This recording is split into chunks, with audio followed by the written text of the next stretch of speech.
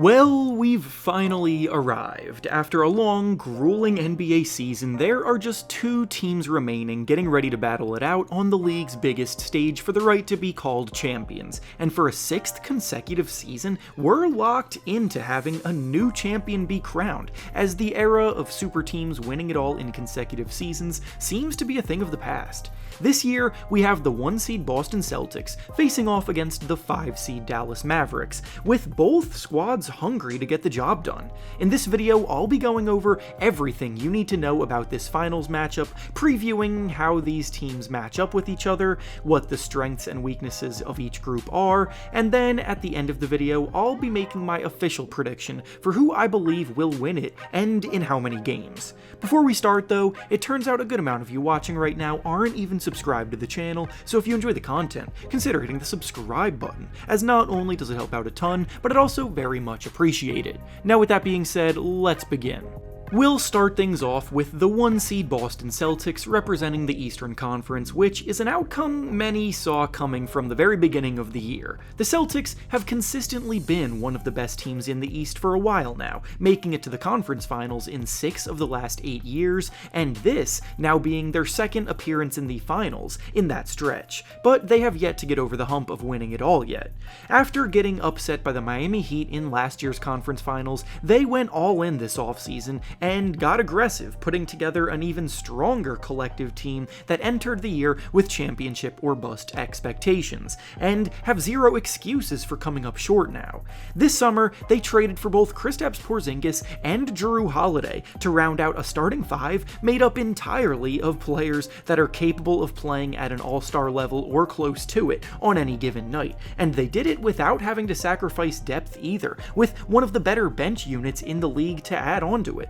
Of course, they did have to give up key pieces like Marcus Smart and Malcolm Brogdon to make this happen, but in hindsight, those are sacrifices they would absolutely make 10 times out of 10. The regular season only further proved that their big moves would pay off because they finished far and away the best team in the league in so many important areas. Record-wise, they had the best record in the NBA with 7 more wins than the next closest team, and there were no real holes on either side of the floor for them. Overall, in the regular season, the Celtics were the league's #1 ranked offense and the league's #2 ranked defense, barely getting beat out by the Minnesota Timberwolves on that end. But the fact that they were top 2 on both ends says a lot about their dominance across the board. It's also worth noting that their offensive rating that ranked #1 this year broke the prior NBA record for best in NBA history, which of course needs to be said within the context of the league today scoring more points across the board than ever before,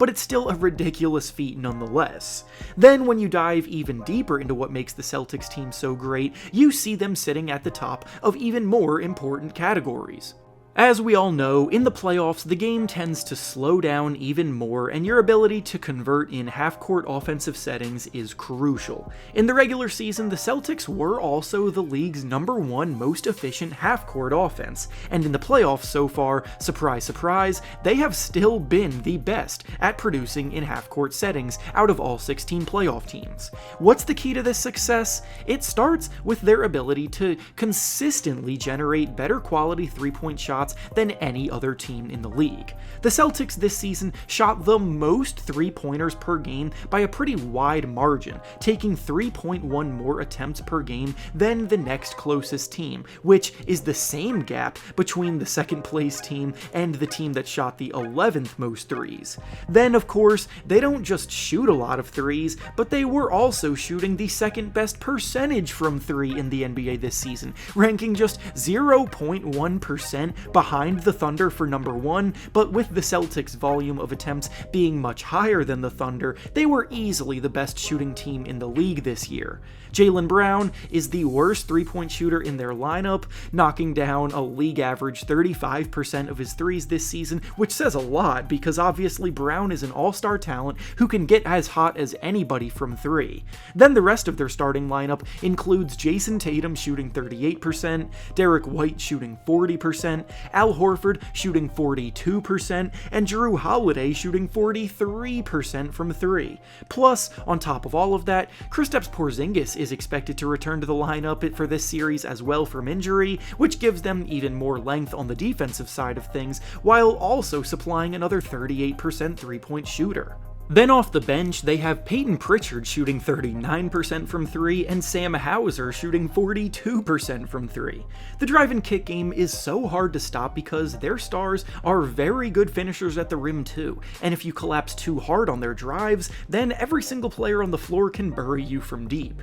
Of course, while it is a nitpick, this could also end up being a weakness, as an over-reliance on three-point shooting can make you very vulnerable to getting smoked on a poor shooting night, especially in a 7-game series, but that hasn't bit them in the butt yet. It's hard to find a real weakness, but one thing I will say in this regard is that the Celtics really haven't been tested that much throughout this run, and your first bit of real pushback being in the NBA Finals could be a tough wake-up call. They breezed through the Jimmy Butler-less Miami Heat, they then breezed through the Cleveland Cavaliers, who didn't have nearly enough offensive firepower to keep up with them. Then in the conference finals, they got to face the Indiana Pacers, who realistically were never title contenders, but made it that far thanks to their opponents suffering from unfortunate injuries. Now over to the Dallas Mavericks side of things, it's definitely an uphill battle for them, but it's certainly not impossible, as they've proven they can compete with the best in the league already, hence why they're here in the first place. The Mavericks bounced back in a big way this year after the most disappointing end to a season possible happening last year when they traded for Kyrie Irving only to flame out of the playoff picture altogether and miss the big dance. If you were to tell the average NBA fan a year ago that the Mavericks would be in the NBA Finals this season,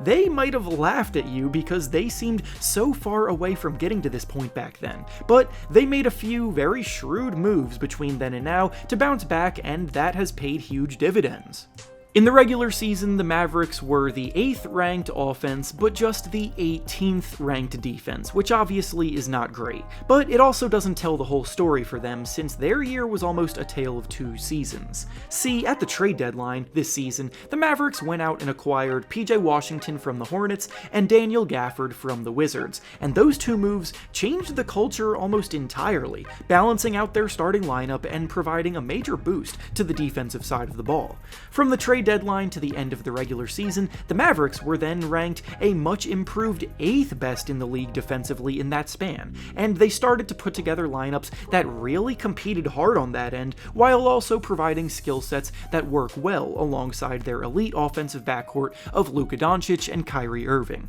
Derrick Jones Jr. might have been the steal of the offseason, also as the Mavericks signed him to a 1-year minimum prove-it deal, and he's now in their starting lineup, defending the opposing team's best player every night, causing havoc.